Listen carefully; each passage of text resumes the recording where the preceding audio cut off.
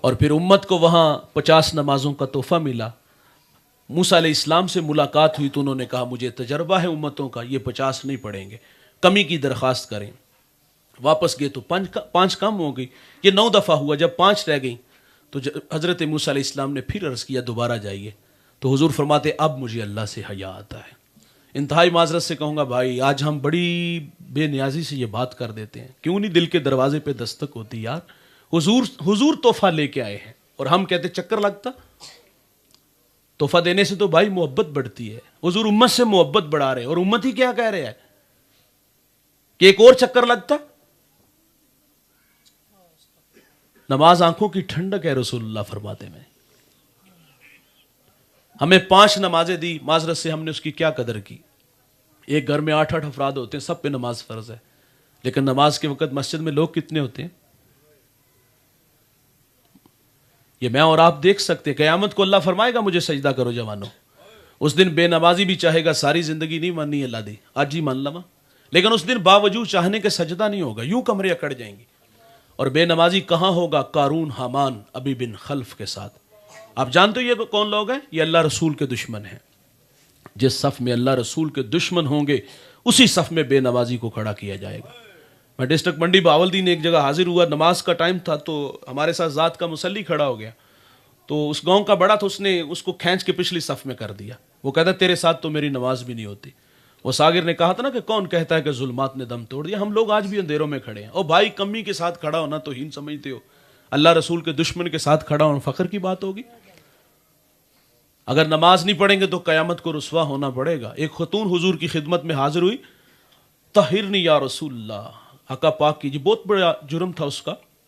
اس نے اپنے گناہوں کا اظہار کیا. شادی شدہ ہوں تو میرا خاوند دیار غیر چلا گیا تو مجھ سے زنا ہو گیا. بچہ ہوا تو میں نے اس کو قتل کر دیا.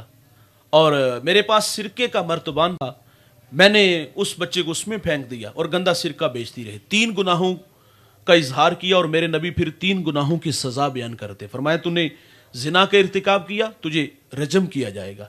تو نے ایک انسان کو قتل کیا، تجھے قتل کیا جائے گا. تو نے گندا سرکہ بیچا، تو اس کی اللہ سے معذرت چاہ. 3 گناہوں کی سزا بیان کرنے کے بعد میرے رسول فرماتے تو جس درد سے روتی ہوئی میرے پاس آئی، میں محمد تو سمجھا شاید کہ تیری نماز عصر قضا ہو گئی ہو.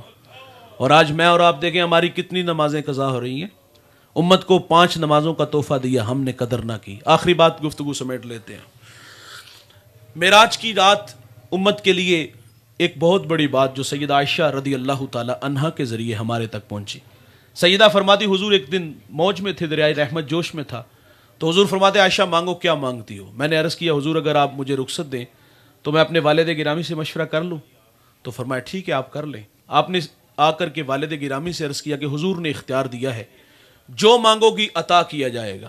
تو سیدنا صدیق اکبر فرماتے بیٹا حضور سے عرض کرنا معراج کی خلوت خاص میں جو راز و نیاز کی باتیں ہوئی تھی اس میں ایک بات ارشاد فرما دیں، اور ساتھ وعدہ لیا کہ مجھے بھی بتانا ہے. سیدہ نے جا کے عرض کیا کہ حضور مشورہ ہو گیا. تو فرمایا کیا مشورہ ہوا؟ عرض کی کہ حضور ایک بات ارشاد فرما دے جو راز و نیاز کی ہوئی تھی. تو میرے نبی فرماتے ہیں عائشہ جو کوئی کسی کا ٹوٹا ہوا دل جوڑے گا وہ بغیر حساب و کتاب کے جنت میں جائے گا.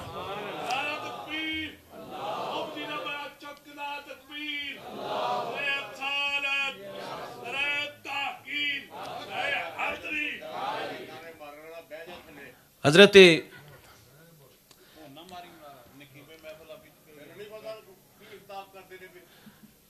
چلے جی میں بس مختصر کرنے لگا.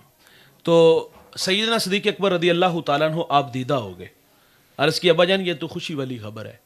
تو آپ فرماتے ذرا تصویر کا دوسرا رخ دیکھو، جو ٹوٹا دل جوڑے گا وہ جنت میں جائے گا، اور جو کوئی کسی کا دل توڑ بیٹھے وہ تو سیدھا جہنم میں جائے گا. بس بھائی جان میں اور آپ اپنے رویوں پہ غور کریں کہ ہم کہاں کھڑے ہیں. کچھ لوگ بڑے فخر سے کہتے ہیں 20 سال ہو گئے بھائی سے کلام نہیں کیا. یار کبھی ماضی کی وہ حسین لمحے یاد نہیں آئی؟ کیا وہ دھندلا سا نقشہ بھی نہیں سامنے آتا؟ ایک جگہ بیٹھ کے کھانا کھاتے تھے، انگلی تھام کے اسکول جاتے تھے، دیوار مان جاتے تھے، اداسیاں تھی. اور آج 20 سال ہو گئے بھائی سے کلام نہیں کر رہا. ایسے نالائق بیٹے بھی دیکھے باپ کو دیکھ کے رستہ بدل لیتے ہیں. یہاں تک کہہ دیتے ابا جی تسی مر گئے تو میں نہیں آواں گا، تو میں مر گیا تو تسی میرے جنازے تے نہ آیا جی. ہم نے اپنی بہنوں سے راستے اور ان سے تعلق بھی توڑ لیے. رشتے توڑو نہ بھائی، رشتے جوڑو. اللہ تعالیٰ سے دعا ہے جو کہا سنا عمل کی توفیق دے.